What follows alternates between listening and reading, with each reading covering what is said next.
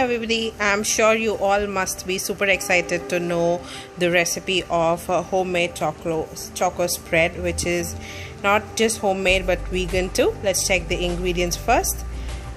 We would be needing a 1 cup of almonds, and I'm using a cast iron pan here, and I'll just go ahead and roast the almonds on the pan on a low flame until they turn a little dark in color. That's until they get roasted. So the reason behind roasting or soaking the nuts is because it contains something called phytate. So when we generally eat the nuts or the dry fruits just like that, our body cannot digest phytate. Hence we make sure that we either roast them or we soak them overnight before we consume.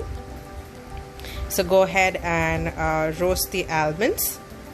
Here I have taken just 1 cup because I like making small batches of this, but you can go ahead and put 2 cups and double the quantity of it accordingly.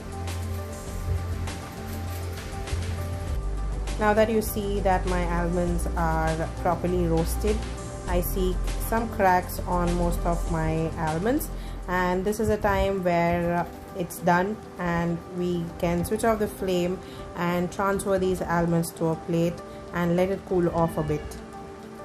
You guys can go ahead and make a spread of your choice. If you are looking to make Nutella, you can put some hazelnuts. If you want any other spread, you can go ahead and put any nuts and fruits of your choice, as in you can go and put peanuts, it becomes peanut butter. You can go and put cashews, it becomes cashew butter. So choice is all yours.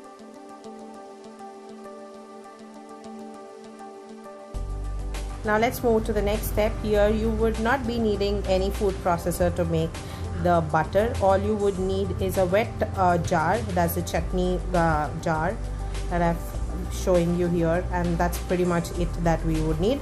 Now go ahead and transfer all of the almonds into the grinder and keep pulsing it. The technique here, or the trick here that you're supposed to use it, pulse it for some time, open it, scrape the sides and then close it, and again pulse it. So this is a technique that you're supposed to use in order to make the butter, and it would hardly take around 3 to 4 minutes for everything to come together as a butter.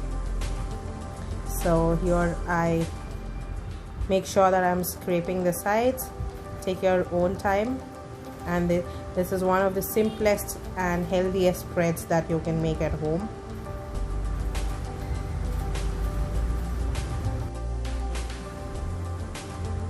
Alright, it's almost there, but we'll have to pulse it for a little more time. Here I'll go ahead and add the second ingredient, which is 3 tablespoons of jaggery. You can go ahead and add 3 or 4 spoons according to the taste that you want to. You can reduce it according to your choice.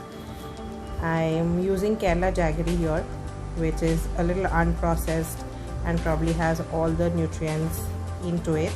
Now I'll go ahead and grind this up, mix this up again together, and get this to a buttery like consistency.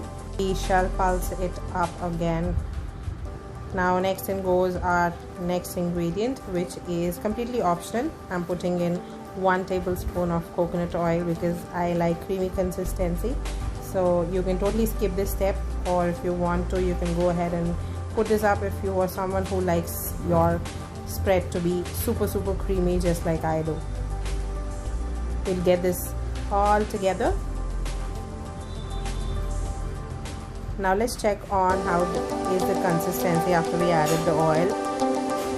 It gets super smooth, and look at the runny consistency. I love it this way, and this is the reason why I make sure I add 1 spoon of coconut oil. But other which way, you can totally skip this step, and if you don't add the coconut oil, the spread will be more towards harder side.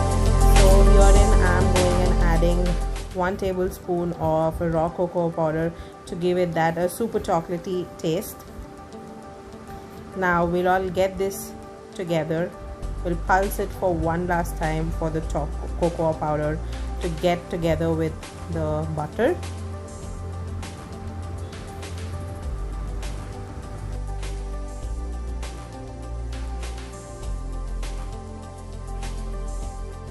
And we are done. Let me show you how did it turn out. Look at that. Doesn't it just look amazing? And trust me, it tastes super better than the store-bought spreads, and this is super healthy substitute that you can make at home within no time and enjoy yourselves and give it to your kids without any fear. So I'll see you in the next video. Do share your pictures if you recreate.